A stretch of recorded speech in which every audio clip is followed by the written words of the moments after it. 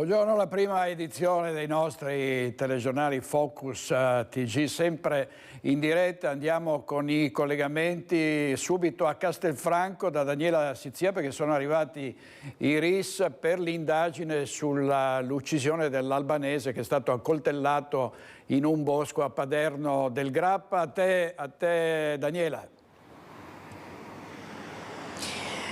Buongiorno direttore, buongiorno telespettatori. Sì, lo hai detto tu, siamo davanti proprio alla caserma dei Carabinieri di Castelfranco, dove è stata portata l'auto di Bledar Dedi, il 39enne albanese che è stato ucciso circa una settimana fa a Paderno del Grappa. È arrivata l'auto, il veicolo attrezzato dei RIS, se non so se Simone riesce a farvelo vedere, in fondo lì c'è proprio il garage dove è stata portata l'auto, e proprio in questo momento la stanno analizzando alla ricerca di qualsiasi cosa, una traccia, qualsiasi cosa che possa far identificare il killer di Bledar Dedi.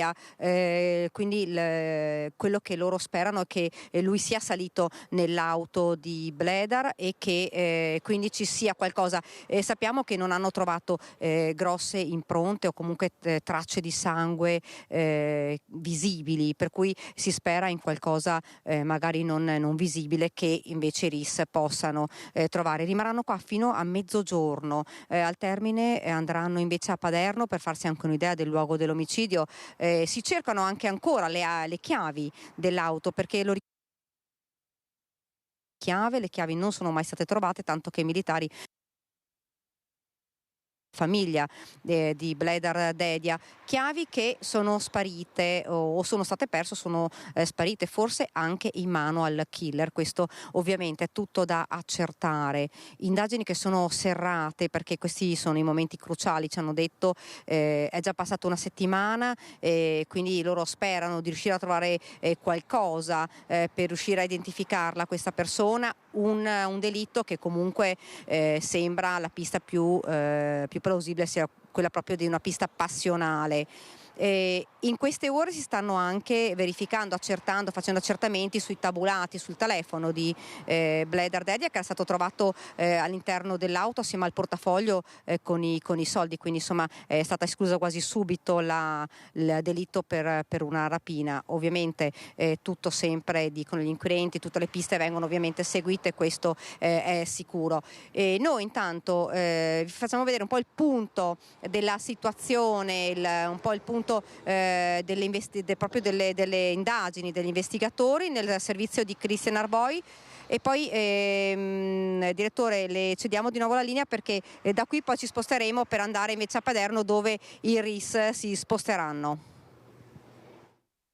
Prima passeranno a setaccio l'auto di Bledar, poi effettueranno un sopralluogo nella zona del ritrovamento, avvenuto esattamente una settimana fa in via dei Colli a Paderno del Grappa. Sarà un lungo lunedì di analisi e campionamenti per i militari del RIS di Parma, chiamati a cristallizzare la scena del crimine, quello che ha portato alla mattanza del 39enne albanese, sposato e padre di 2 figli, accoltellato con 20 fendenti, come rivelato dall'autopsia. I dettagli di quel ritrovamento farebbero pensare a un incontro programmato, attribuendo proprio al numero e alla profondità delle coltellate un movente passionale o quantomeno personale. Tra le ipotesi investigative resta quella della vendetta d'onore, secondo le consuetudini del Kanun, il codice ancestrale diffuso in alcune zone dell'Albania, secondo cui il disonore non si vendica con compensi ma con spargimento di sangue o con perdono generoso. Bledar avrebbe avuto diverse frequentazioni sessuali, rapporti anche con altri uomini, forse un'onta per alcuni nella comunità di provenienza, di certo un giallo su cui si procede a 360 gradi senza escludere nulla, sotto la lente le chat utilizzate dall'uomo, i tabulati telefonici, i locali che era solito frequentare.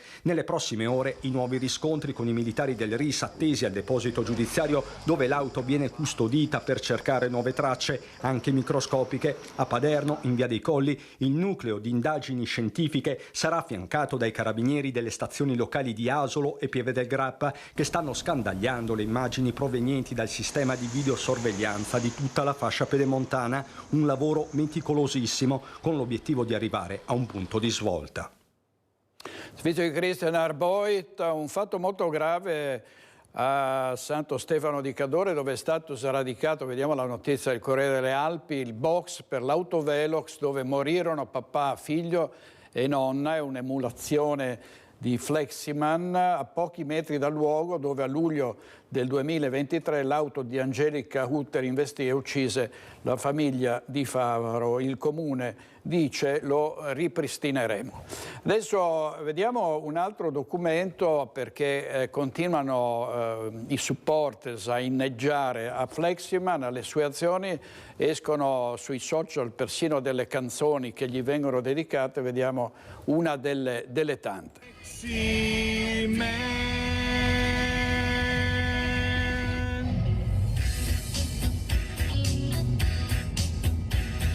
Solitario nella notte vaga il flessibile e si incappuccia un bel pochi game e casca.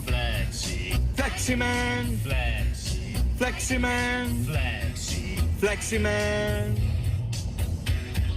Da che a volta che lo gamulta le palotte che son gira se torna in drio e lo gatta ya Fleximan, Fleximan, Fleximan. Col suo flessibile non ne fa multare, se è più efficace che ne contestar. E da Rovigo arriva fin Cadore, ed ogni velo terra toccherà. Che chi lo ama e chi lo vuole arrestare, anche stasera il flessibile taccarà. Le buste verdi arrivava tutte ore, ora il flessibile ne proteggerà. I vigio cerca pa tutta città, fai autovelox, no gappi e taxi. E vabbè, quindi vedete anche l'inno a Fleximan, dicono gli avvocati che queste persone rischiano anche l'apologia di reato, quindi di essere perseguite penalmente. Andiamo nel Bassanese, andiamo per la chiusura della statale Valsugana in Val Brenta, che sta gettando nel caos la viabilità dei comuni della Pedemontana, che mercoledì incontreranno prefetto e presidente della provincia. Sentiamo. La frana che è caduta sulla statale Valsugana è come un terremoto e le onde sismiche si allontanano dall'epicentro, creando gravi problemi a comuni e popolazioni lontane chilometri dalla Val Brenta. Ne sanno qualcosa i cittadini di Enego e pure i dirimpettai trentini, costretti fino a poche ore fa a lunghe deviazioni per poter andare a scuola o al lavoro. E ne sanno qualcosa anche i residenti della Pedemontana, che si trovano improvvisamente a dover fare i conti con un volume impressionante di mezzi pesanti deviati verso Feltre dalla chiusura della statale 47. Il sindaco di Pieve del Grappa, Annalisa Rampin, ha battuto i pugni sul tavolo e ha inviato una nota al prefetto di Treviso e al presidente della provincia per portare alla loro attenzione una situazione che rischia di sfuggire di mano. I camion che vengono deviati all'altezza di Romano Dezzelino, infatti, imboccano la strada provinciale 26 con tutte le conseguenze del caso per la viabilità minore e per chi vive a ridosso di questa arteria. Il traffico va spesso in tilt, i rallentamenti sono all'ordine del giorno e tutto il territorio si trova di colpo esposto ai rischi ai quali non era abituato. La sindaca ha chiesto quindi l'attivazione di un tavolo per la gestione del traffico, al quale far partecipare anche i comuni di Borso del Grappa, Cavaso, Possagno, Castelcucco, Pederobba, San Zenone degli Ezzelini, Fonte, Asolo e Caerano San Marco. L'incontro è stato fissato per mercoledì mattina alle 9:30 in prefettura a Treviso, dove verranno poste sul tavolo le istanze della Pedemontana e le possibili soluzioni. Nel frattempo si spera che i 45 giorni preventivati per la riapertura della Valsugana vengano rispettati, anche se sono molti a far notare che le cose potrebbero prolungarsi in modo decisamente drammatico per decine di migliaia di abitanti delle province di Vicenza, Treviso e Trento. Sono grossi problemi per la viabilità, per gli automobilisti, il servizio di Ferdinando Garavello. In Val Brenta il traffico comunque si sta adattando a questa chiusura. L'autovelox di Romano Dezzelino è stato temporaneamente disattivato. La viabilità in Val Brenta soffre e con gli eventi recenti l'autovelox nel territorio di Romano de Zelino è stato definitivamente spento. Abbiamo preso atto di quella che era la situazione complessa del traffico in Valsugana, dei lavori che riguardano i cavalcavia di Romano e di Cassola e da ultimo quello che è successo proprio in queste settimane con la frana che ha coinvolto il comune di Val Brenta e tutto l'asse viario della Valsugana. I controlli d'altra parte sono già molto serrati. Abbiamo deciso proprio in queste settimane di limitare quello che era il controllo della velocità lungo la statale 47 in attesa di avere A, migliori condizioni e B, di sperare che i cittadini capiscano che il tratto è effettivamente molto controllato già di per sé. Pertanto vengono fatti dei monitoraggi all'uscita dalla superstrada lungo le vie provinciali e comunali.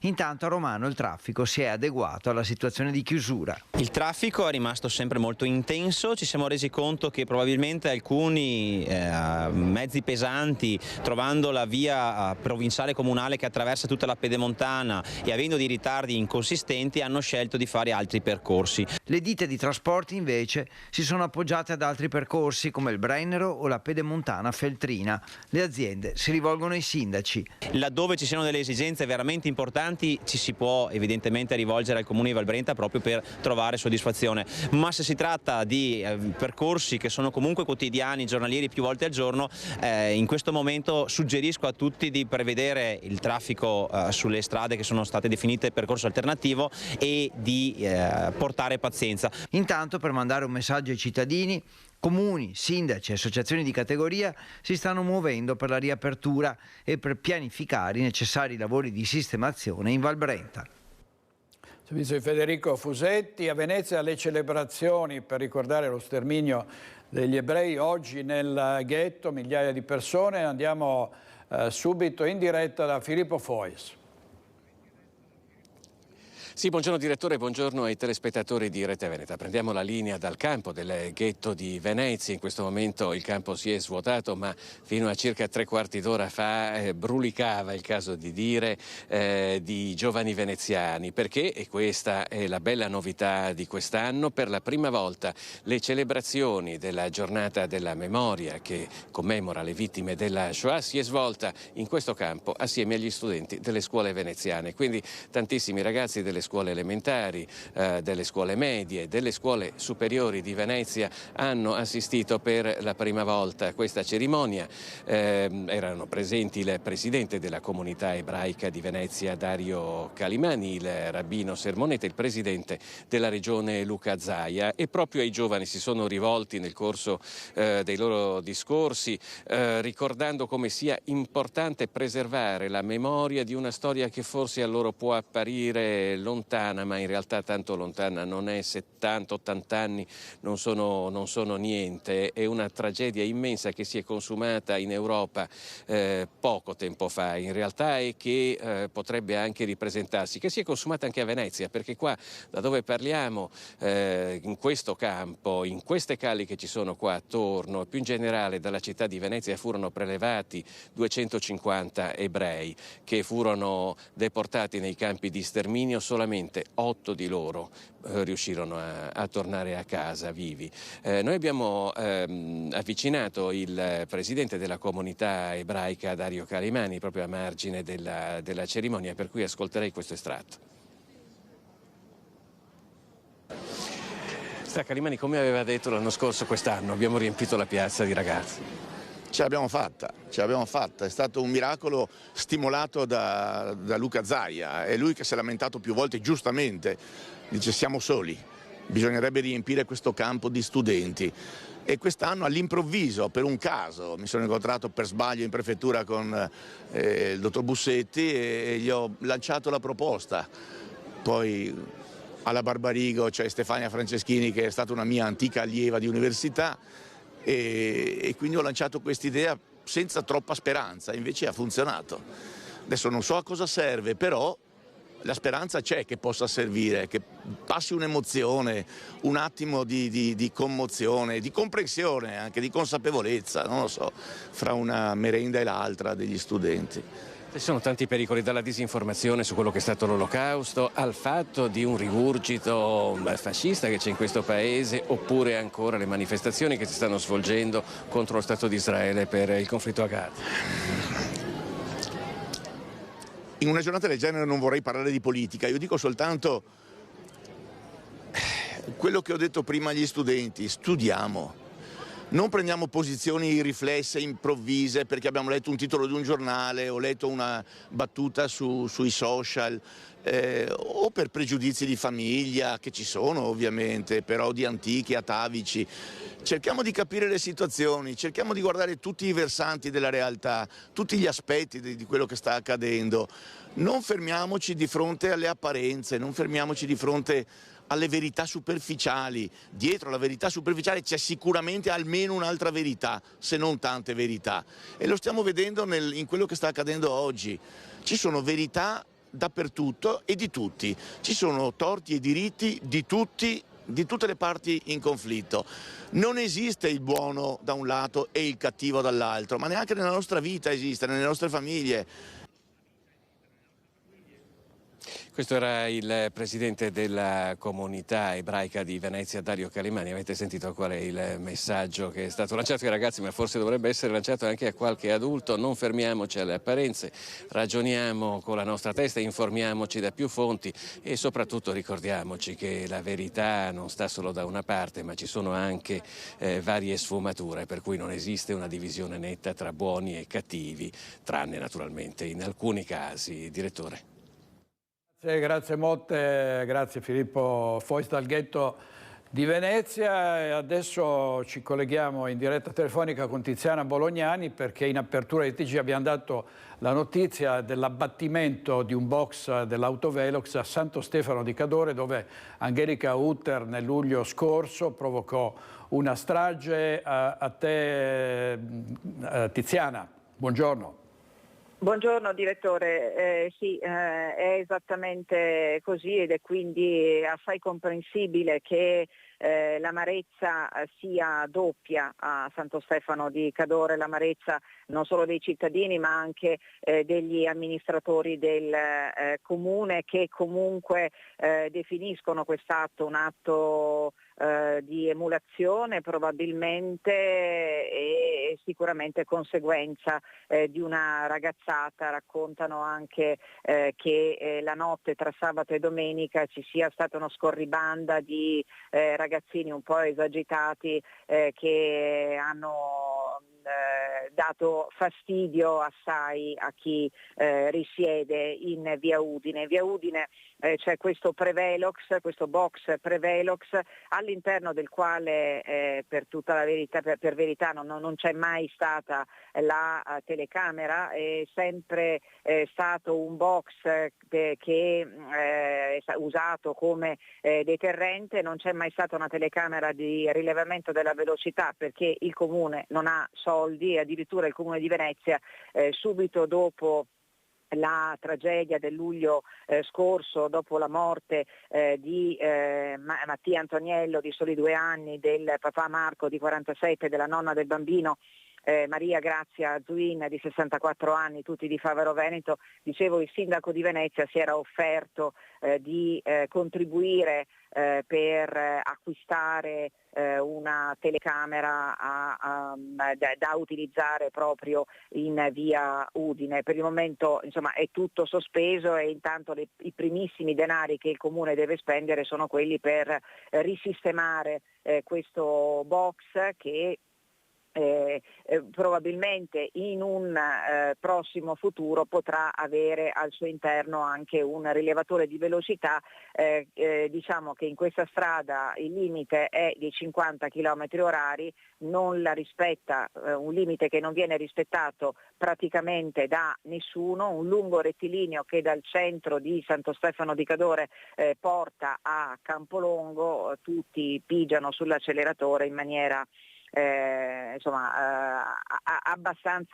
abbastanza pesante. Il fatto che è accaduto ha portato chiaramente alla luce anche tutti i problemi dei comuni, problemi non solo economici ma anche di personale. La polizia locale non ha non ha un vigile a disposizione, non ce l'ha, e il comune dice: noi vogliamo che quel box diventi attivo e vogliamo anche personale per aumentare il controllo sulle strade. Vogliamo essere più incisivi, dice la vice sindaca Elisa Bergagnin, incisivi per fronteggiare il problema della velocità. Si sta pensando naturalmente a far lavorare assieme le polizie locali, ma intanto diciamo così che oggi è il giorno in cui si fanno i conti con i denari che dovranno essere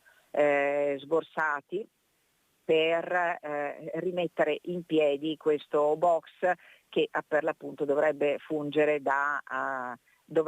ecco, il condizionale non è tanto d'obbligo, ma insomma è un condizionale che diventa presente, funge da deterrente perché per l'appunto non ci sono i soldi per acquistare la telecamera di rilevamento della velocità. Direttore. Grazie, a presto e buon lavoro. Andiamo avanti con un altro atto vandalico. Abbiamo visto anche in questi giorni delle immagini davvero sconcertanti di giovani che imbrattano capolavori. È successo proprio l'altro giorno al Louvre, in altri musei buttano minestre di verdura, vernici e quant'altro su capolavori che sono protetti, ma vengono anche poi imbrattati tanti palazzi. È successo a Bassano del Grappa, Palazzo Bonaguro. Era il 12 novembre dell'anno scorso quando un vandalo ha deturpato la facciata di Palazzo Bonaguro, un monumento storico, una cartolina di Bassano che è stata scarabocchiata e che è rimasta così a distanza di 3 mesi. Ebbene, sono tanti i cittadini, i residenti, i bassanesi, ma anche i turisti che guardano con tristezza e anche con rabbia questa situazione che non si smuove. La questione è in mano alla soprintendenza, però dopo 3 mesi gli scarabocchi, i graffiti rimangono e quello che è aumentata invece è la delusione appunto di chi abita qui in zona, come uno dei tanti residenti in rappresentanza appunto del quartiere Angarano che chiede un intervento per sistemare questa situazione. Sì, decisamente, come residente in quartiere nonché cittadino di Bassano posso assicurare che passarci davanti è proprio una sensazione fastidiosa e di rabbia e di tristezza che non fa onore a un palazzo di questa importanza storica. Io direi che è un pessimo biglietto da visita per un turista che entra in centro a Bassano da questa parte e si ritrova davanti a uno scempio così. Anche perché all'interno comunque di questo palazzo vengono allestite mostre, quindi è comunque una parte viva della città e vivo resta appunto il ricordo, l'immagine, l'impressione di una struttura abbandonata. Abbandonata, che abbandonata non è, come diceva lei, la struttura è adibita ad ospitare mostre, eventi anche di un certo spessore, e vederla da fuori ti dà l'idea di un palazzo abbandonato, non ti invita ad entrare, ecco, decisamente. Ecco, a pochi passi da noi c'è il Ponte Vecchio di Bassano, anche quello un monumento che ha subito atti vandalici nel corso degli ultimi anni. Lì si è riusciti a intervenire tempestivamente, la situazione chiaramente è diversa perché lì la competenza è comunale, però voi chiedete appunto che la stessa celerità a questo punto venga adottata per Palazzo Bonaguro. Assolutamente, sarebbe un bel segnale, perché io capisco ci sono dei tempi tecnici, un iter procedurale da seguire, ma dopo 3 mesi è ora insomma di intervenire e riordinare e ripristinare la struttura. Voi cosa vi aspettate per quello che riguarda il vandalo che ha creato questo danno? Cioè vorreste che fosse lui a riparare appunto al danno, oppure insomma lì ci si affida a non so, una multa, una sanzione, un'altra diciamo tipologia di pena? Difficile rispondere diplomaticamente davanti a una telecamera. È il vandalo che si prende le sue responsabilità e dopo multa sarà quel che sarà, non penso che abbia le risorse per pagarla. Alla fine pagherà il comune, cioè noi. Però insomma sarebbe anche una buona idea prenderlo per un orecchio, mandarlo per strada a tirar su le cicche o la popò del cane finché non avrà ripagato il suo debito con la società, poi avrà capito.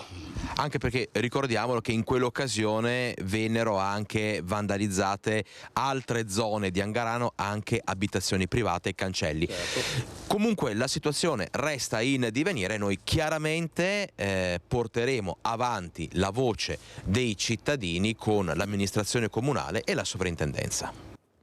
Grazie ad Alex Giuliano da Bassano del Grappa. C'è chi propone punizioni anche nelle case di cura, a lavare pavimenti, bagni e quant'altro. Quindi lavori diciamo socialmente utili. In genere sono molto giovani i protagonisti di queste vicende, come questa anche a Padova, dove la titolare di una cartoleria del quartiere Guizza di Padova, alla chiusura del negozio, ha trovato dell'hashish nascosto tra gli scaffali e quindi lancia un appello soprattutto ai genitori. In orario di chiusura abbiamo appunto trovato nella zona delle borracce termiche un quantitativo insomma importante che va oltre l'uso personale insomma di hashish, e soprattutto con le telecamere siamo riusciti a cogliere soprattutto gli attimi appunto più salienti e ci siamo resi conto che sono proprio dei ragazzini che frequentano quotidianamente la nostra attività. Sono ragazzini che vediamo quotidianamente, che abbiamo appunto visti crescere, abbiamo fatto loro i libri di scuola, quindi è stato veramente un colpo al cuore. Tutto ripreso dalle telecamere che Veronica De Carlo, titolare della cartoleria Guizza, ha installato nel negozio. È mercoledì sera quando, dopo la chiusura, la commerciante durante le pulizie trova un sasso incellofanato nascosto nello scaffale più basso tra le bottiglie termiche. I dubbi sono pochi, si tratta di hashish e non di una sola dose.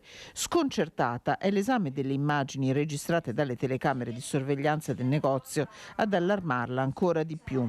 A nasconderla un ragazzino, un 13enne che frequenta la scuola media, a cercare di riprenderla un secondo adolescente che non ce l'ha fatta, probabilmente preso dalla paura di essere scoperto perché nel negozio c'era molta gente.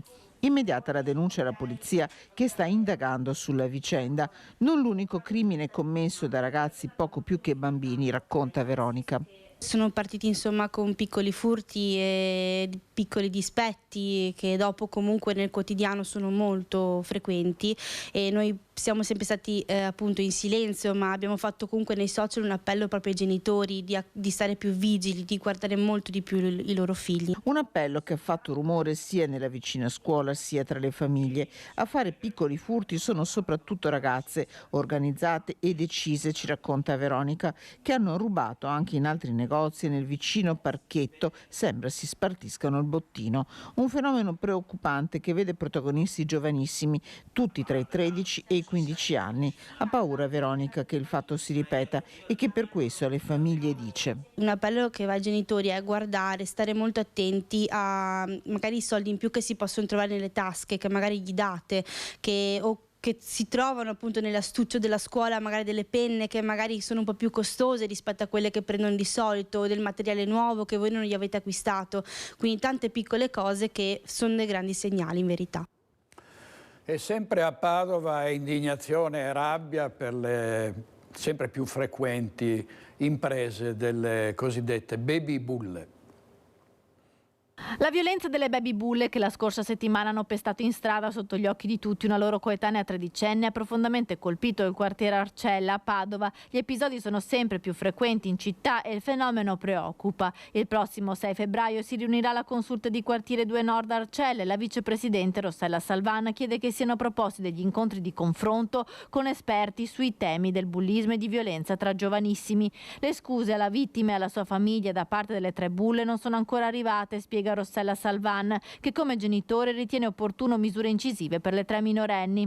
Come genitore Vedo con favore la possibile emanazione di un provvedimento che impedisca alle autrici del pestaggio di ritrovarsi nei luoghi frequentati dalla tredicenne o di avvicinarsi a lei. Spero che questa punizione possa far capire alle ragazze che la violenza non è mai la soluzione ai problemi, ma anzi ne crea di ulteriori, e che abbia soprattutto un effetto educativo. All'origine del pestaggio motivi di gelosia e un ragazzino conteso tra le minorenni che ora frequenta la tredicenne aggredita con calci e pugni e che non ha ancora ricevuto le scuse. Non deve però mancare, a mio avviso, un'azione repressiva. Quando si arriva a episodi come quello accaduto pochi giorni fa, non si può assolutamente bollare un simile atto come una ragazzata, anche perché questo porterebbe bulli e violenti a pensare di poter spadroneggiare impuniti. Vorrei però non dimenticare la vittima. Penso che sia necessario sostenerla, perché le ferite riportate con i calci e pugni possono guarire, ma i risvolti psicologici che ne derivano saranno sicuramente gravi, altrettanto gravi, e forse addirittura più difficili da superare per lei e per la sua famiglia. Sempre a Padova ci sono stati controlli della polizia, dell'ispettorato del lavoro e della ULSS in una ditta cinese, dove sono stati riscontrati lavoratori in nero, alimenti in pessime condizioni e macchinari pericolosi, quindi una denuncia di 4 persone.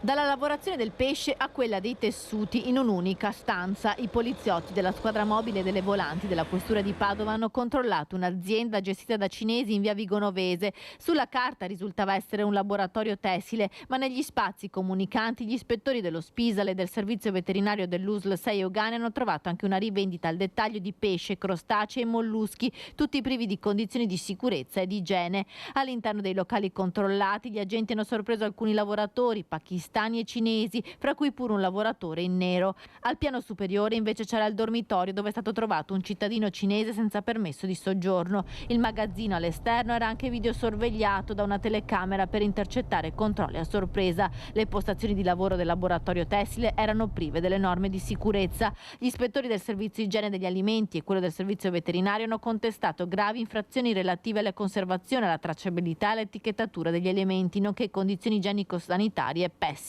Le celle frigorifere del magazzino così sono state bloccate in via cautelare. 4 cinesi, tra questi il titolare delle 2 ditte, sono stati denunciati per reati vari, tra cui sfruttamento di manodopera. Andiamo a Bassano del Grappa da Vanessa Banzato e parliamo delle penne nere che sono sempre vicine a Rete Veneta e sono ricambiate dalle nostre emittenti con un'assidua presenza per tutte le loro iniziative. Sentiamo cosa sta accadendo con Vanessa Banzato. A te, Vanessa.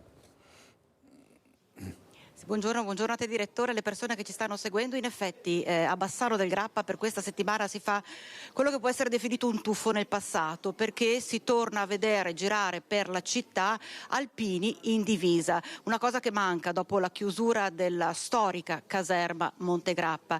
Perché succede questo? Perché parte questa settimana che culminerà sabato con la consegna dei cappelli degli alpini a 180 giovani che hanno frequentato una delle più importanti scuole militari di Aosta. Arriveranno proprio qui a Bassano che è stata, si sa, città degli alpini e diventa davvero il capoluogo italiano dell'alpinità. A Bassano del Grappa sabato, ma in realtà sono arrivati in tantissimi già oggi. E allora accanto a me il generale di divisione, spero di dire in maniera corretta, generale di divisione Antonello Vespaziano, che lei è vice comandante delle truppe alpine, e accanto a me anche il presidente nazionale ANA Sebastiano Favero. Ma partiamo proprio dal generale di divisione Vespaziano.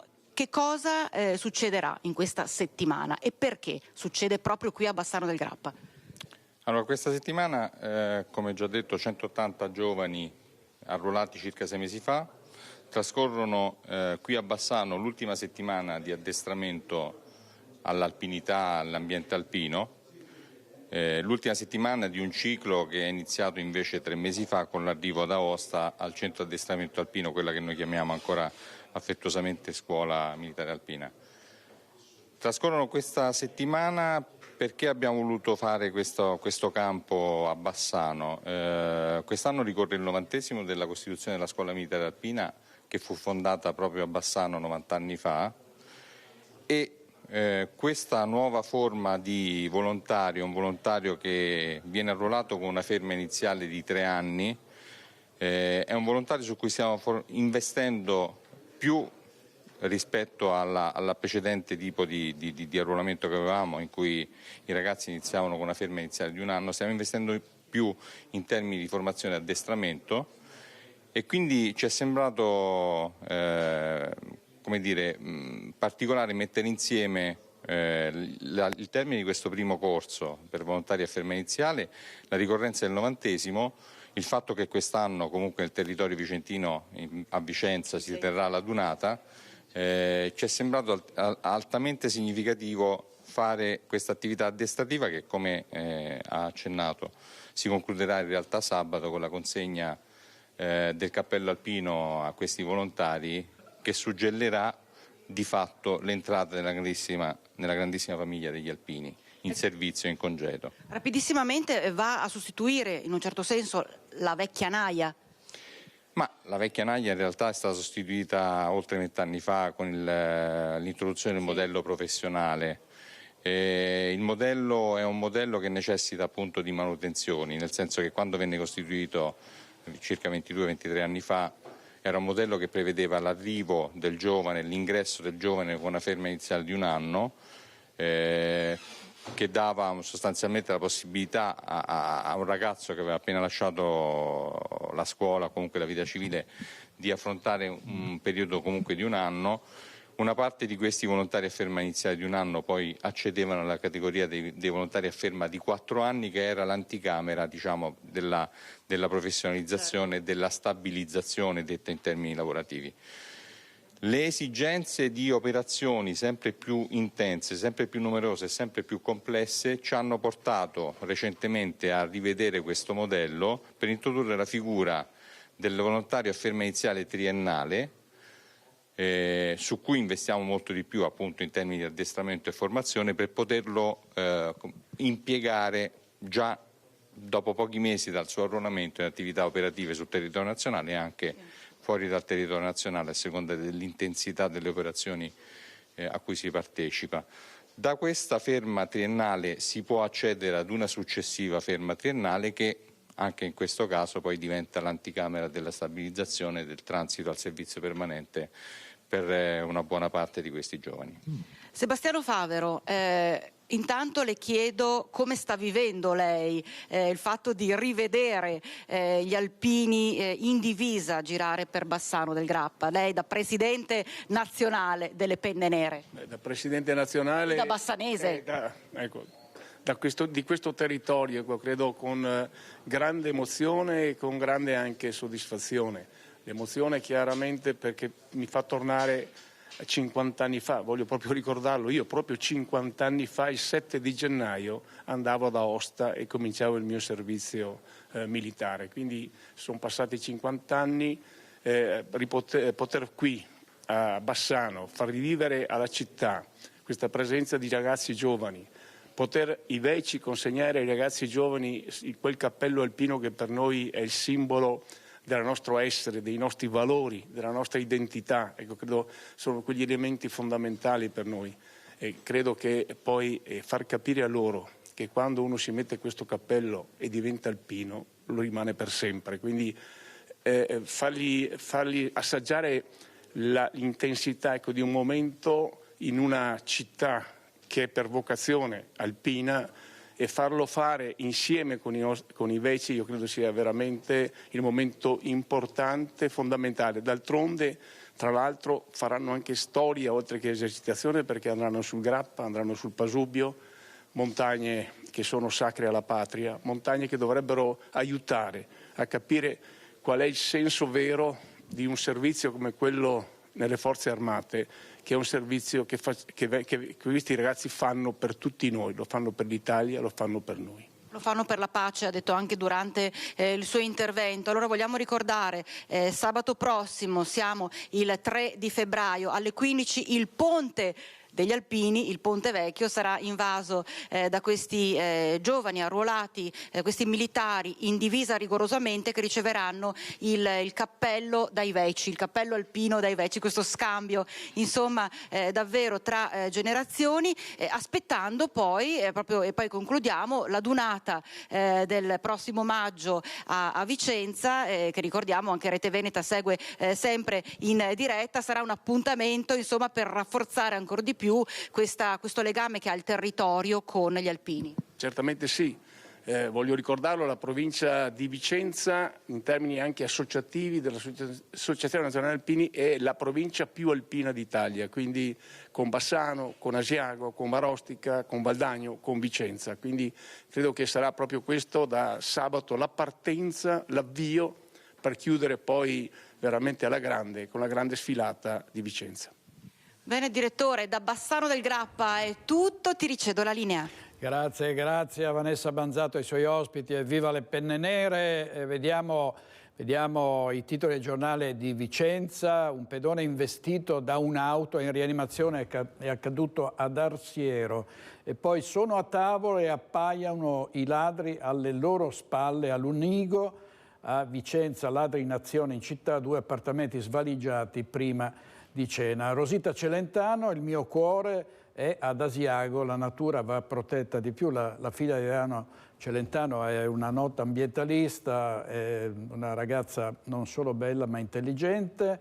Tenta una truffa fingendosi sordomuta, appena avvisata la polizia riacquista la parola e fugge. E poi, sempre a Vicenza, dice scimmia alla vicina, è stata multata per 500 euro. Incidente mortale questa mattina a Piazzola sul Brenta, sono stati coinvolti 3 mezzi, è deceduto un 40enne. La nebbia fitta, quasi un muro da oltrepassare, la carambola e lo schianto devastante. Grave incidente stradale questa mattina intorno alle 6:30 lungo la strada provinciale Contarina, a Piazzola sul Brenta, in località Presina. Coinvolti 3 mezzi, 2 auto e un furgone. Ad avere la peggio proprio il conducente del furgone, rimasto incastrato tra le lamiere del mezzo. È morto nonostante i soccorsi tempestivi. La vittima è un uomo di 41 anni. Il furgone è finito nel fossato insieme a una delle 2 vetture coinvolte. La terza auto invece si è fermata a bordo strada. I vigili del fuoco hanno lavorato a lungo per estrarre dalle lamiere il 41enne incastrato nel furgone, ma per l'uomo non c'era più nulla da fare. Ferito invece in modo lieve il conducente di una delle 2 auto coinvolte. Sul posto sono arrivati i carabinieri di Cittadella che hanno deviato il traffico verso Presina. La strada Contarina è rimasta chiusa per ore in entrambe le direzioni. I carabinieri stanno cercando di ricostruire la dinamica dello schianto.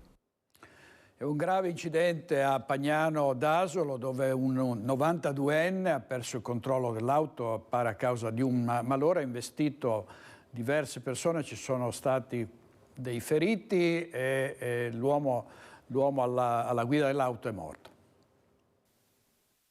È di un morto e 4 feriti il bilancio dell'incidente che si è verificato ieri pomeriggio a Pagnano d'Asolo sulla rotonda con la Schiavonesca Marosticana.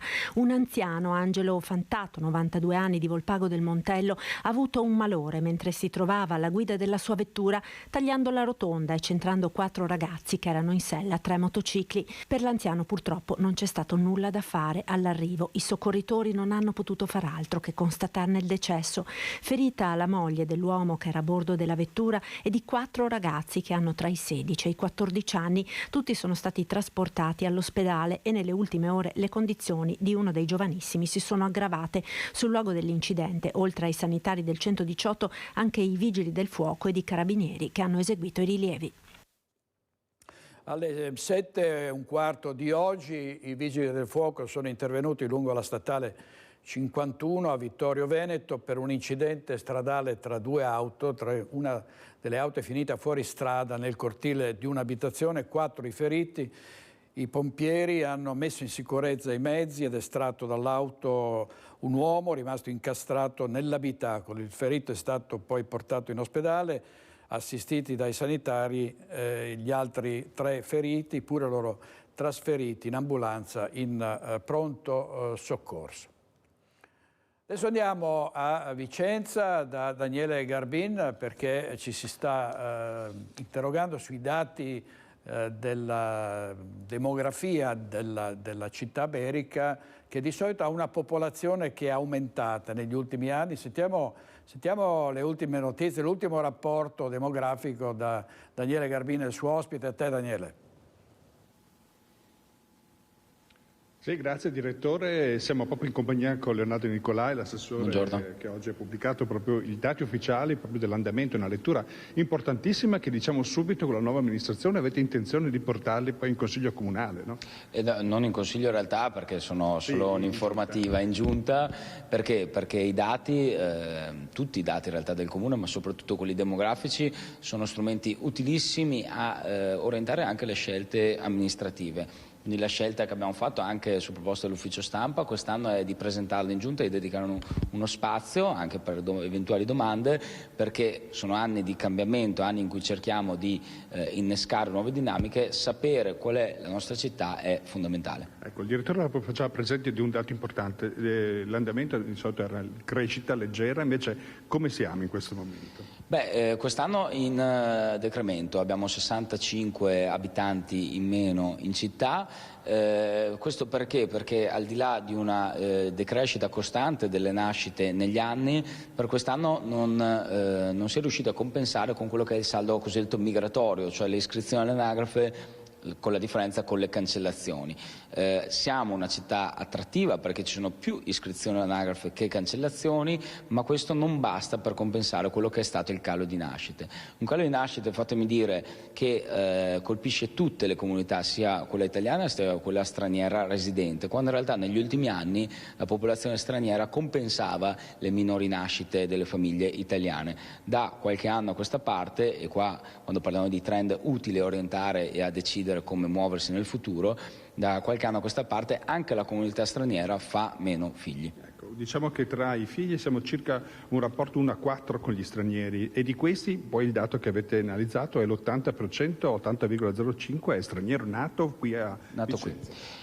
Gli stranieri sono poco più di 3.000 persone, gli stranieri bambini, quindi 0-14 anni, i bambini stranieri sono circa 3.000 contro i 12.000 contro i 12.000 totali, quindi il 25% del totale è straniero. Ma quello che fa pensare molto è che l'80% di questi 3.000 bambini, 2.500 nuove persone, sono nate a Vicenza. Questo è un dato che colpisce davvero molto. Quando pensiamo alla comunità straniera spesso si pensa a un corpo estraneo alla città, corpo migrante. In realtà, e lo conferma anche il dato sugli stranieri, di cui l'80% è nato qui, quindi di tutti i 17.000 stranieri in città sono l'80% nati qui, è una comunità attiva che fa parte ormai da anni della nostra città. Ecco. Direttore, se abbiamo un attimo di tempo, un altro elemento interessante è l'analisi proprio per le politiche. Abbiamo detto che è attrattiva più per i veneti, meno per i vicentini stessi, ed è questo un indicatore anche per la vostra politica prossimamente, no? Sì, guardando un po' i numeri, al di là dopo del monte complessivo, ci siamo soffermati a vedere da dove vengono le persone e verso dove vanno. Cosa abbiamo notato? Che le persone vanno più nei comuni contermini o in provincia rispetto a quelle che arrivano, e viceversa vanno meno persone in altri comuni del Veneto o in altre regioni rispetto a quelle che arrivano. Quella è una forbice proprio che si amplia molto. Che lettura possiamo dare anche di questo fenomeno? La prima risposta che ci viene sono i canoni d'affitto, probabilmente più alti in città, e quindi chi risiede qui da un po' può essere che scelga di andare in qualche comune contermine. Viceversa, da molte altre regioni d'Italia, quasi 1.000 ogni anno arrivano da altre regioni, verso solo 600 che se ne vanno. Questo è un dato insomma importante da cui partire. Siamo molto attrattivi per il resto d'Italia, dobbiamo capire come riuscire a tenere qui i nostri cittadini che cercano in altri comuni contermine della provincia una nuova vita. Ecco, allora io mi fermerei qui perché direttore, i dati sono tantissimi. Per il momento, se non hai qualche domanda da rivolgere, do l'appuntamento all'approfondimento al TG di Vicenza stasera. Grazie molte Daniele, grazie molte, buon lavoro e andiamo avanti con la cronaca. Restiamo a Vicenza. A dicembre aveva aggredito gli agenti di polizia e aveva anche molestato una giovane, è stato espulso un 25enne. Aveva aggredito gli agenti della polizia locale di Vicenza, ma dopo pochi giorni sarebbe stato scarcerato. Una sorpresa per i poliziotti quando sono stati contattati dai colleghi della polizia penitenziaria del carcere San Pio X di Vicenza, avvisandoli che l'aggressore, un 25enne originario della Guinea, sarebbe uscito dal carcere da lì a poche ore. Attivato l'ufficio immigrazione della questura per esaminare la posizione di soggiorno del giovane, risultata poi irregolare, ma non solo. Controlli che hanno evidenziato un fitto curriculum penale per il 25enne. A dicembre era stato arrestato dalla polizia di Vicenza dopo comportamenti aggressivi in un bar della città, opponendosi all'arresto degli agenti. Nello stesso mese accusato anche di molestie sessuali nei confronti di una giovane che ne aveva subito l'aggressione in piena notte. Il 25enne è stato prelevato dal carcere di Vicenza. Appena scarcerato è stato portato nella cella di sicurezza della questura in attesa di essere espulso. A Padova 3 arresti per droga da parte della pubblica sicurezza nel fine settimana. Bracato dalla polizia ha cercato di disfarsi della droga che stava spacciando, cercando di ingoiarla. 5 grammi di cocaina che avrebbero potuto uccidere un 47enne tunisino irregolare sul territorio italiano. I poliziotti sono riusciti a bloccarlo e a sequestrargli la droga, oltre 1.000 euro in contanti. L'uomo è stato notato dagli agenti della squadra mobile di Padova in zona Arcella. Il 47enne era stato già fermato a Capodanno dagli agenti della questura che lo avevano denunciato a piede libero. Riconosciuto durante un controllo del territorio, lo hanno seguito fino a quando ha effettuato uno scambio di droga con un connazionale. I due sono stati rincorsi e fermati dagli agenti. L'uomo è stato arrestato e processato per direttissima. Al termine del processo è stato espulso e su ordine del questore condotto al centro per i rimpatri di Milano per essere riportato in Tunisia. Gli uomini delle forze dell'ordine hanno arrestato anche un altro spacciatore tunisino in via Romana Ponense mentre scambiava droga con un 30enne albanese. Per evitare l'arresto, il tunisino ha detto di essere minorenne, dichiarazione smentita però da un documento tedesco che l'uomo nascondeva in tasca. La procura ha stabilito per lui il divieto di dimora in regione. Un terzo arresto, sempre da parte della polizia, sabato, nei confronti di un 19enne, anche lui tunisino, nella zona delle chiuse di Volta Barozzo, visto cedere droga a un 55enne padovano. Servizio di Francesco Rattai, l'emergenza abitativa anche a Vicenza, ma sono stati decisi investimenti importanti in alloggi Ater. Sentiamo cosa ci dice Luisa Bertini. Giornata importante per Vicenza, soprattutto per quello che riguarda il tema dell'emergenza abitativa, perché Ater e Comune attraverso un protocollo hanno stanziato 10 milioni di euro per 48 nuovi alloggi. Siamo in compagnia del presidente dell'Ater Valentino Scomazzon che ci spiega a Laghetto che cosa succederà, perché questo è il quartiere interessato dai lavori. Beh, direi giornata importante per la città di Vicenza, perché interventi da 10 milioni di euro non è che ne partono tutti i giorni. È un progetto che parte dal lontano 2021 con la firma della convenzione con il Comune, in cui si prevede la costruzione di 2 palazzine per 48 alloggi complessivi. Su una palazzina sono 28 appartamenti, sull'altra 20, e in questa viene anche ricavato uno spazio da 90 metri quadri per uso collettivo, quindi l'amministrazione lo può utilizzare per incontri pubblici, ma anche gli stessi residenti ne possono utilizzare per incontrarsi. Poi ci saranno tutta una serie di ripostili, cantine al piano terra e tutti i parcheggi intorno nell'area esterna. Parcheggi che sono sia per i residenti, i nuovi residenti di queste abitazioni, ma anche per già gli abitanti di Laghetto, perché appunto il numero di parcheggi è stato sovrabbondante rispetto al numero degli alloggi costruiti. Ecco, andranno a favore di che tipologia di famiglie? Sì, qui in base alla convenzione che era stata firmata è stata proprio una scelta di dare una risposta alle persone anziane da sole o in coppia, e poi anche a genitori single separati magari con figli a carico. Ecco, le tempistiche previste sono intorno al 2026, intanto io ringrazio il presidente dell'Ater Scomazzon. Grazie molto a Luisa Bertini. Andiamo avanti con i titoli del Corriere del Veneto. In coma da 37 anni è morto il paziente in stato semivegetativo più longevo d'Europa. Fleximan, come vi abbiamo detto in apertura, divelto l'autovelox a Santo Stefano di Cadore, dove ci fu la strage compiuta da Angelica Utter che travolse una famiglia. Cittadinanza Nicola e i suoi 21 figli brasiliani e argentini, la causa per diventare italiani, e poi la vittoria di Sinner, commentata da Tatiana Garbin, la sua lotta al tumore, sei un capolavoro, è la capitana dell'Italia femminile che omaggia su Instagram il successo di Jannik Sinner agli Australian Open. Cosa abbiamo adesso in scaletta? Ah sì, allora andiamo a Treviso, grazie a Francesco Ceron e a Andrea Basso in regia. Andiamo a Treviso dove, come ricorderete, un vento fortissimo aveva abbattuto delle piante proprio lì ai Buranelli. E sentiamo cosa ci dice Edi Kaliman in compagnia del sindaco Mario Conte. Sindaco, oggi avete piantato un nuovo salice al posto di quello che era accaduto con il temporale di luglio, un giorno importante anche per il valore simbolico che questo salice ha. Sì, esatto, è stato ripristinato il salice piangente che purtroppo causa temporale era caduto. Lo abbiamo fatto grazie a un gesto di generosità di Centro Marca Banca che, sottolineo, è stata la prima telefonata, quella del presidente Cenedese, che ho ricevuto per mettersi a disposizione per ripristinare questo angolo e questo quadrante di città, che forse è il più fotografato di tutti, ma poi ho ricevuto tante telefonate da parte di aziende private che hanno voluto mettersi a disposizione della municipalità per ripristinare un patrimonio verde che per noi e per i nostri cittadini è assolutamente importante. Ricordiamo che quel temporale ha abbattuto molti alberi qui a Treviso, il vostro impegno come amministrazione è di ripiantarli tutti e di piantarne ancora altri, quanti? Ma in realtà nel primo mandato abbiamo superato quota 5.000 alberi, siamo a circa 5.175.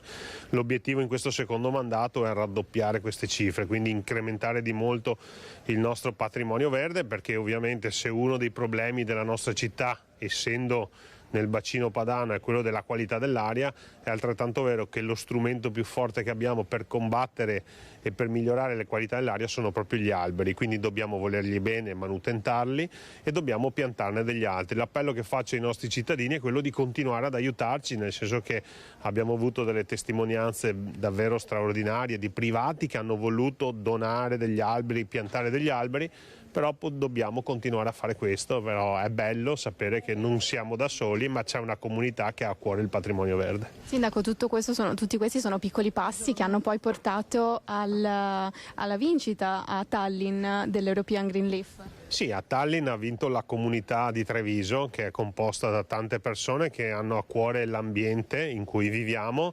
Ovviamente è stato un insieme di tante piccole buone pratiche, dalle più grandi alle più piccole, perché ognuno di noi nel quotidiano può fare molto per l'ambiente e credo che quello di oggi sia davvero un gesto simbolico ma molto importante. Innanzitutto perché abbiamo ripristinato l'albero caduto, poi abbiamo riordinato questo che è uno dei posti più fotografati e soprattutto abbiamo dato un bel colpo per l'ambiente della nostra città.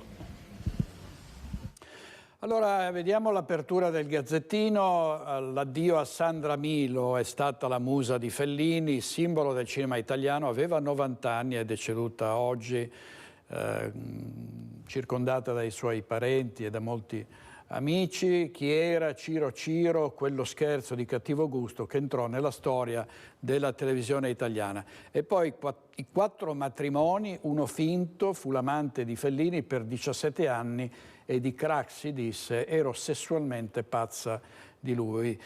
Passiamo alle Marie 2024, studentessa, insegnante, avvocata. Chi sono le 12 regine selezionate? Vediamo se riusciamo a vedere un breve video dal Gazzettino. Vediamo. Dico sempre, io non voto per quello, perché a me dispiace troppo lasciarle a casa, ma le Marie sono 12, va bene? E poi tra...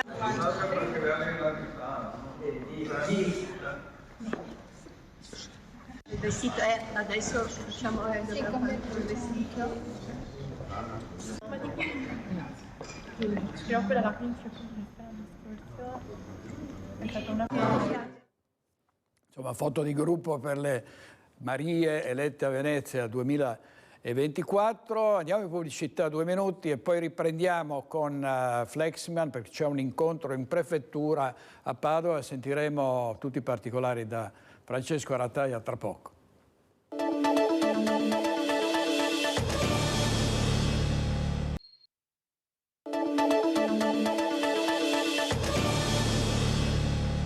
Andiamo in diretta a Padova per sapere dell'incontro in prefettura contro Fleximan o i Fleximen. Vedo Francesco Rattaglia, a te Francesco. Buongiorno direttore, buongiorno ai nostri telespettatori. Sì, siamo davanti a Palazzo Santo Stefano, che è la sede della prefettura padovana nel centro cittadino. Con me Elisa Venturini, consigliere regionale di Forza Italia, ma in questo caso soprattutto vicepresidente di ANCI Veneto, l'associazione che riunisce i comuni. Un incontro, dicevi esattamente tu, in prefettura con il prefetto per parlare di uno dei temi caldi di questi giorni, appunto questi assalti ai velox. Consigliere Venturini, com'è andata? Che ragioni ha portato al prefetto? Ma sono qui in veste, intanto buongiorno, in veste di rappresentante del territorio, dei comuni, per portare un po' anche il parere, il punto di vista degli amministratori, dei sindaci in questa fase delicata e vediamo che sta facendo riflettere molto anche per gli accadimenti, soprattutto per la rimozione che viene fatta dei rilevatori attraverso degli atti di vandalismo che, come si diceva nel corso della chiacchierata che ho avuto con il prefetto, è stata una chiacchierata, devo dire, lunga e anche interessante. Si è messo in evidenza come effettivamente vanno assolutamente condannati, perché ogni qualvolta si installa un autovelox, cioè un rilevatore di velocità, comunque c'è una procedura, ci sono delle regole, c'è un'istruttoria che viene svolta e quindi è un atto legale. Il fatto di procedere con la rimozione così attraverso gli atti di vandalismo deve essere condannato, perché non è un reato che si compie di danneggiamento. A fronte di questo noi capiamo la situazione dei sindaci che vogliono tutelare la sicurezza dei cittadini introducendo dei dispositivi, dei sistemi per poter mettere in sicurezza le strade, perché ci sono dei tratti dove non è possibile fare altro se non installare un rilevatore di velocità proprio per evitare incidenti, ma anche incidenti mortali, pericolosi, e dall'altro lato ci rendiamo conto che c'è di fondo anche un'insofferenza in questo momento con degli episodi che vedono anche degli emuli che vanno appunto a compiere degli atti di vandalismo. Ecco, io ho cercato di far presente al prefetto, che chiara la situazione di difficoltà che si sta vivendo, e c'è da dire che poi le prefetture in realtà hanno un ruolo tecnico, perché di fatto vengono a controllare se la procedura che è stata avviata da un comune per installare un rilevatore è conforme alle regole, se vengono rispettate le norme, se ci sono i requisiti e i parametri richiesti. Allora semmai il problema a monte da porsi è: ma le regole che ci sono vanno bene, come vengono applicate, come i sindaci decidono di applicare, nel senso che vogliono o meno un rilevatore, quindi anche qui si pone nella scelta di un sindaco che cosa fare. Penso che l'interlocuzione adesso deve essere tra amministratori, sindaci, anche valutare a livello nazionale, quindi fare delle riflessioni per capire qual è la strada migliore da perseguire, visto il fenomeno che sta dilagando a livello nazionale. Ecco sì, 2 temi appunto, cosa succederà ora e c'è paura di, appunto lo diceva lei, di emulazione. È abbastanza scontato che non ci sia una regia unica in tutti questi attacchi, ma siano probabilmente dei singoli che, presi da chissà che rabbia, attaccano i rilevatori di velocità. Innanzitutto, come dicevo, c'è comunque da condannare l'atto illegale, illegittimo, illecito di rimozione che viene fatta con il flessibile e viene divelto il rilevatore, perché, ribadisco, è un atto di danneggiamento, è un reato e bisogna anche stare attenti. L'altra questione è considerando appunto quello che sta accadendo a livello italiano e il disagio, secondo me la situazione va trattata con molta cautela, anche gestita a livello, permettetemi, informativo, da non in qualche modo, come posso dire, incentivare, perché il rischio è che appunto ti trovi degli emuli che non capiscono la gravità di quello che si sta facendo. E un dialogo, cosa fare anche per il futuro, sicuramente tra amministratori, anche come associazione, è un tema caldo che viene trattato e vengono sentiti i sindaci, e dall'altro valutare un'interlocuzione anche a livello nazionale. È ipotizzabile una revisione di dove sono posizionati questi velox? Ma è una scelta, allora, dove posizionarli parte dalla necessità di un'amministrazione che in base al proprio territorio, in base all'incidentalità, in base alla pericolosità delle strade, decide di andare ad installare dei dispositivi, e qui viene fatta poi una valutazione da un punto di vista tecnico. Se ci sono i requisiti, i presupposti stabiliti dalla legge, questi possono essere installati, altrimenti no. Sono delle valutazioni, vi ripeto, che competono alle amministrazioni. Poi c'è una regia anche tecnica da parte delle prefetture nel fare i controlli, le valutazioni, però di fatto parte dagli amministratori. Ecco che a monte c'è l'amministratore che decide e le regole che vengono applicate poi a livello nazionale su tutto il territorio, e da qui bisogna partire. Ecco, quindi bisogna andare in alto, diciamo.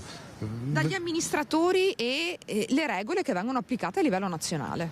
Ecco, il problema penso di cercare di interpretare quello che spinge certi cittadini è forse il fatto di sentirsi vessati, sbagliando, perché è comunque un bene pubblico che non può essere danneggiato. Sono altre le maniere sicuramente per condannare e manifestare il proprio disappunto nei confronti di questi rilevatori. La vicenda di Cadoneghe, direttore, ce l'ha insegnato, è stata una battaglia di civismo vero e proprio, perché non c'erano partiti dietro e si sono mossi per cercare di far annullare queste multe. Resta però il tema che purtroppo molte volte dai cittadini viene percepito come appunto una vessazione, il velox. Ed è quello che si diceva. Tu hai una parte dei cittadini che a un certo punto ti chiede: fai qualcosa perché magari una strada viene percepita come particolarmente pericolosa. Hai un sindaco che magari coglie che sul proprio territorio c'è la necessità di intervenire e si ricorre agli strumenti che la legge ti mette a disposizione, e qui va fatta una valutazione. Poi possono essere dei rilevatori che vengono installati con più rigore, altri che magari si ricorre a dei parametri che magari sono diversi, allora nel senso che sono meno, come posso dire, meno adatti forse in quel contesto, potrebbero essere applicate altre misure, che allora su questo va fatta una valutazione. Ecco, questo sicuramente è il senso da parte degli amministratori, valutare che cosa fare sul proprio territorio tenendo conto delle necessità. Ecco, quindi ancora gatte da pelare per i sindaci del territorio. Se non ci sono domande ti restituisco la linea, direttore. Grazie Francesco, e grazie a Elisa Venturini, che è capogruppo e anche capogruppo di Forza Italia in Consiglio regionale, vicepresidente ANCI, ed è stata sindaca di Casalserugo, e come tutti i sindaci di limiti di velocità si intende. Ancora cronaca, andiamo alla Stanghella a Padova, dove i vigili del fuoco hanno messo in salvo una centenaria che rischiava di morire nell'incendio della sua abitazione. Salvata in tempo dalle fiamme che, dopo essere divampate in garage, stavano arrivando a lambire la sua abitazione, una centenaria residente in via Cuoro a Stanghella è stata tratta in salvo ieri pomeriggio dai vigili del fuoco arrivati per domare l'incendio. I pompieri, allertati da est e da Rovigo, con 2 autopompe, 2 autobotti e 10 operatori, hanno spento le fiamme, riuscendo ad evitare il coinvolgimento della casa. Vista l'età, l'anziana è stata portata in pronto soccorso per accertamenti. Fortunatamente sta bene. Le cause dell'incendio sono al vaglio dei tecnici dei vigili del fuoco. Altra notizia di cronaca: sono state denunciate 6 persone dalle procure di Padova e Venezia e altre 3 a quella di Rovigo, nell'ambito di una operazione anti-bracconaggio svolta dal raggruppamento Carabinieri CITES con il supporto dei nuclei di Venezia e Verona. Le ipotesi di reato a carico degli indagati sono di caccia con mezzi non consentiti, attività venatoria da imbarcazioni non ancorate. Sono stati sequestrati 10 fucili, 50 esemplari morti di avifauna, un'imbarcazione, 5 richiami acustici a funzionamento elettromagnetico. Di bracconaggio stiamo parlando. Ancora invece politica, passiamo alla politica. Massimo Bitonci parla del concordato preventivo approvato in Consiglio dei Ministri. Sentiamo. Concordato preventivo, che è una misura secondo me molto importante, io penso che sia una misura che dà la possibilità di alzare l'asticella, cioè la possibilità per cui per tutti coloro che dichiaravano poco, e quindi è una misura anche di contrasto all'evasione, di mettersi in regola. Tasse fisse per evitare controlli per 2 anni. Approvato il concordato preventivo dal Consiglio dei Ministri, uno strumento pensato per far emergere l'evasione e garantire maggiori entrate allo Stato. Visto che abbiamo un magazzino fiscale che ha toccato i 1.250 miliardi, questo quindi è contenzioso. Pensate che prima del 2019 erano 950 miliardi e quindi come ogni anno aumenta invece che di diminuire. Bisogna trovare delle misure che siano deflattive del contenzioso e questa è una misura anti-evasione perché farà emergere, dà la possibilità di chi è ancora nel limbo di dichiarare qualcosa di più e di stare tranquillo per un paio di anni. Non è un condono mascherato, sottolinea il sottosegretario Massimo Bitonci, ma uno strumento per garantire il recupero di denaro che altrimenti sarebbe eluso al fisco. Siccome io conosco bene il fisco, avendo scritto anche parecchie norme, so benissimo che le misure invece di questo tipo porteranno a un aumento delle entrate e alla possibilità per alcuni soggetti di mettersi in regola. Sottosegretario Massimo Bitonci è stato per la Lega anche sindaco di Cittadella. Non c'è invece parità retributiva tra uomini e donne, lo si sa, e Veneto Lavoro sta facendo una campagna informativa anche nelle scuole. Sentiamo. Donne con stipendi più bassi di quelli degli uomini e Padova, provincia maglia nera, con un gap registrato dalle analisi di Veneto Lavoro maggiore che nelle altre realtà della regione. È per superare questa differenza, che rischia di sfociare nella violenza economica, che il Veneto si è dotato della legge regionale 3, disposizioni per promuovere la parità retributiva tra uomo e donna. La legge intanto stabilisce un principio, quindi il principio della parità retributiva, quindi che non è un principio sì stabilito nella Costituzione italiana articolo 36, ma sostanzialmente non è così scontato, anche avendo visto l'ultimo rapporto sull'occupazione biennale maschile e femminile presentato dalla Consigliera di Parità regionale, in cui si è visto che c'è ancora un divario retributivo tra maschi e femmine. La legge istituisce tra l'altro il registro delle imprese virtuose, partendo da quelli che sono dati di fatto. Una donna economicamente forte, uguale all'uomo, la possibilità di essere indipendente e di poter fare delle scelte in modo autonomo e quindi essere più libera. Arrivano a me attraverso telefonate, attraverso mail, richieste di aiuto proprio perché c'è una violenza al lavoro legata proprio alla, come posso dire, alla disuguaglianza e quindi all'impossibilità dell'affermazione professionale di una donna. Una distinzione, quella del genere, che va superata, sottolinea lo psicoterapeuta Mirko Casteller. Noi non possiamo pensare di utilizzare la figura femminile come elemento compensativo di un'assenza di nuova manodopera, facendo crescere magari quel ruolo in termini sociali. Oggi il tema è superare il genere, le persone vanno valutate per le competenze. Quindi cosa significa? Passare da una logica del dire genere a una logica del fare genere, che è un'operazione completamente diversa, una prospettiva diversa, dove anche la violenza che lei giustamente citava viene fortemente ridimensionata perché è relativa al rapporto tra persone. A Padova il Comune sta monitorando il benessere della donna nell'ambiente di lavoro attraverso il Family Audit. Grazie ai dati raccolti con questa certificazione abbiamo potuto anche verificare come strumenti quali lo smart working working, il lavoro agile, insomma, nell'ente pubblico sia ad esempio uno strumento che facilita l'inserimento e il fatto che le donne restino al lavoro anche ad esempio dopo la maternità. Abbiamo banalmente potuto verificare che con questi strumenti diminuiscono moltissimo il numero delle ore di permesso che le donne con figli minori di 12 anni chiedono nel corso dell'anno. In regia Francesco Ceron e Renato Capoia. Parliamo di sicurezza sul lavoro in memoria di Mattia Battistetti, che proprio sul lavoro purtroppo è tragicamente morto. Si stanno raccogliendo le firme per l'introduzione del reato di omicidio. Vediamo. Siamo qui a Montebelluna per la prima volta, abbiamo raccolto le firme per l'introduzione del reato di omicidio sul lavoro.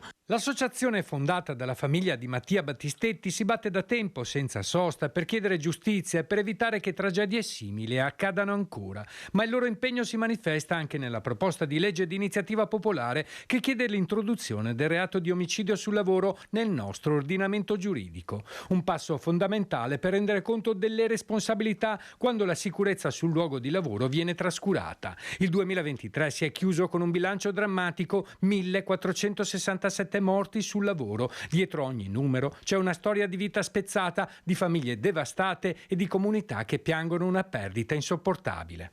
Di fronte ad una strage che finisce costantemente, il più delle volte quantomeno nell'impunità totale, per noi l'istituzione di un reato specifico di omicidio sul lavoro rappresenta sicuramente un elemento deterrente. Questo ovviamente non basta in una logica preventiva, sono necessari l'aumento dei controlli, un maggior rigore rispetto a quello che sono le sanzioni, perché oggi il rischio di essere controllati e di essere puniti è molto remoto. La campagna firma è iniziata a settembre con l'obiettivo di raccogliere 50.000 adesioni su scala nazionale. Siamo ora addirittura d'arrivo. Entro metà febbraio i moduli verranno consegnati a Roma insieme a tutta la documentazione necessaria per portare avanti questa causa. Lunedì prossimo alle 9 del mattino nel Tribunale di Treviso si terrà la 7ª udienza del processo per la morte di Mattia Battistetti. Alle 8:30, prima dell'interrogatorio dei testimoni, un presidio si formerà fuori dal Palazzo di Giustizia. Un segno tangibile di solidarietà e di richiesta di giustizia per Mattia e per tutte le vittime di incidenti sul lavoro. E colgo proprio l'occasione per lanciare un appello a tutte le persone che quel giorno si trovano nei paraggi del Tribunale di affiancarci e di sostenerci. Non stanno lottando solo per il loro figlio, ma stanno lottando per tutti.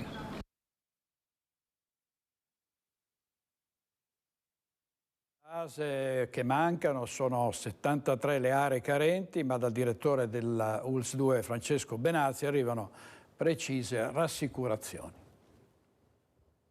Io chiedo veramente, lo so, è difficile, è duro, un po' di pazienza, perché i giovani medici stanno imparando, stanno diventando dei validissimi professionisti, la telemedicina ci aiuterà, abbiamo un po' di pazienza, perché continuo a ribadire, a fine del 2024 avremo ovviamente la possibilità di dire le zone carenti praticamente non esisteranno più.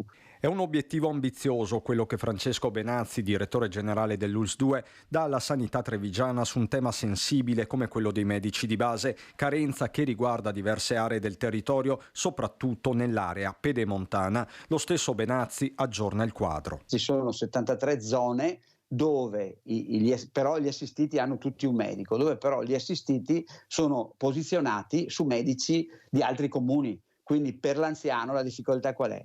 L'anziano che deve spostarsi in un altro comune per farsi vedere dal medico, o comunque deve chiamare il figlio, farsi aiutare dal figlio, del comune, dagli assistenti sociali per spostarsi. Questa è la carenza.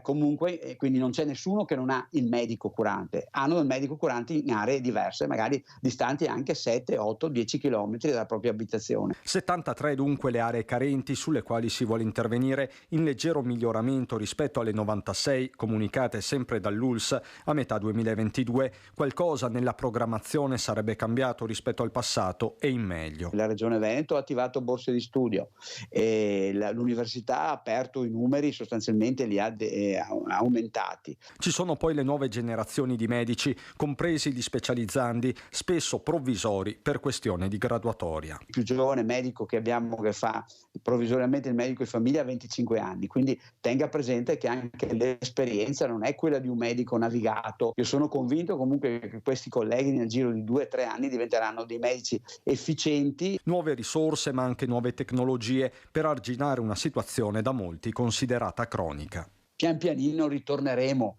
alla normalità, però dovremo anche utilizzare su questo con i medici di famiglia, stiamo ragionando, il teleconsulto, quindi il medico di famiglia può vedere dei pazienti che hanno determinate patologie, si serve del contributo dello specialista e così si evitano spostamenti inutili da parte dell'utente. I medici stanno arrivando, nel senso che grazie a questa operazione regione-università noi avremo questi medici.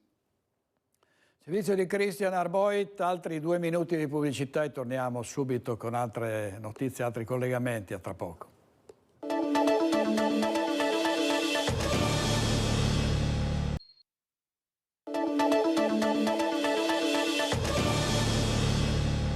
Abbiamo un aggiornamento sul grave incidente a Pagnano d'Asolo provocato da un 92enne che alla guida di un'auto è piombato su un gruppo di giovani motociclisti. C'è una seconda vittima, erano 4 i feriti, uno dei feriti è deceduto, si tratta di un 16enne. È stato un impatto violentissimo, quello di un'auto che è sfuggita al controllo di un uomo di 92 anni, probabilmente colpito da malore, che poi è morto in questo incidente dopo questo violento impatto. 4 feriti, 3 ragazzi che facevano parte di un gruppo di motociclisti, erano fermi e sono stati investiti in pieno e quindi si è aggravato il bilancio di questo incidente.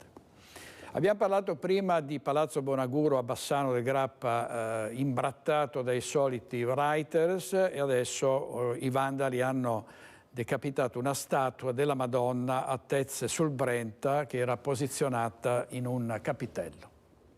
Decapitata la Madonnina in uno dei capitelli di Campagnari di Tezze sul Brenta. I soliti ignoti hanno spezzato e fatto sparire la testa della piccola statua collocata in una zona residenziale, punto di riferimento per tante persone che si fermano in passeggiata per una preghiera veloce e un momento di riflessione. E c'è tanta amarezza nelle parole di Francesco Cerantola, che a Tezze vive ed è pure presidente della locale sezione dei Fanti, che si è subito adoperato per sistemare il capitello vandalizzato. C'era il busto proprio qua sopra, qua appoggiato qua dietro là, e qua per terra c'era la testina della Madonna, sì, in questa foto, questo sì, alle ore 12:30. Sì. Questa signora mi ha mandato le foto, io le ho viste soltanto alle 5 ieri sera, sono venuto qua e la testina non c'era più.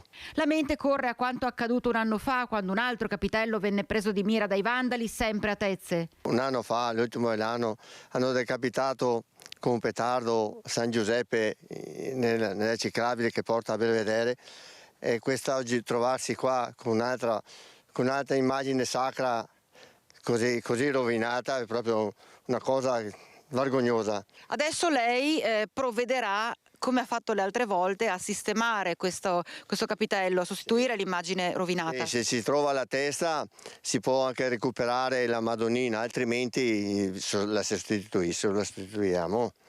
Sperando che non succeda ancora. Speriamo, sì, beh, questo speriamo proprio, speriamo che non succeda proprio mai più. Secondo Cerantola gli autori sarebbero ragazzi e proprio a loro lancia un chiaro messaggio. Ragazzi, lasciate stare, scherzate, io sono presidente dei Fanti, scherzate con me, fate quello che volete con me, ma lasciate stare i santi e le madonnine dei capitelli.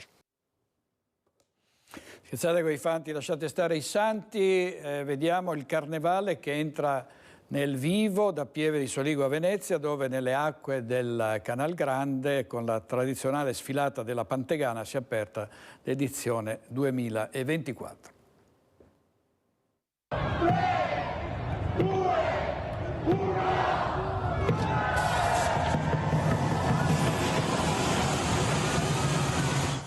conto alla rovescia nelle acque del Canal Grande è partito ufficialmente il Carnevale di Venezia 2024. Un'esplosione di fumi colorati, palloncini e coriandoli con un centinaio di imbarcazioni tradizionali veneziane addobbate e coloratissime che hanno solcato la laguna trasportando la maxi pittoresca Pantegana in cartapesta che si è aperta davanti al ponte di Rialto sotto gli occhi di migliaia di spettatori. La kermesse più colorata dell'anno dunque ha preso il via, pronta ad accogliere da oggi alle prossime settimane le maschere più belle, da quelle tradizionali alle più curiose, con la città e la terraferma che faranno da palcoscenico a spettacoli ed eventi, tutti con un filo conduttore. Ad Oriente, il mirabolante viaggio di Marco Polo, tema del Carnevale di Venezia di quest'anno. Carnevale che sta entrando nel vivo anche nella Marca Trevigiana, dove in questo fine settimana diversi comuni hanno accolto i carri mascherati. Qui siamo a Pieve di Soligo. 12 carri che hanno sfilato accompagnati dalle coreografie di scuole, gruppi parrocchiali e associazioni, dai personaggi dei cartoni alle ambientazioni del vecchio Far West, senza dimenticare l'attualità. La fantasia dei creatori ha trovato sfogo nelle installazioni in cartapesta, con la voglia di divertirsi e divertire.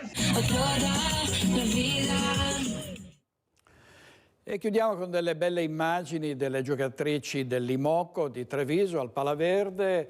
Grazie anche all'EMPA sono arrivati degli animali e vediamo le giocatrici qui in questo video che coccolano cani e gatti. È un'operazione dell'EMPA anche negli stadi per sensibilizzare l'attenzione di tutti sugli animali domestici che devono essere curati, accuditi e non abbandonati come succede spesso, soprattutto durante l'estate, oltre che abbiamo parlato molto spesso anche di maltrattamenti. Era un servizio della Tribuna di Treviso. È tutto per oggi, grazie ai registi Francesco Cerone e Renato Cappoia. Ci vediamo stasera a Focus alle 21:15, buona giornata.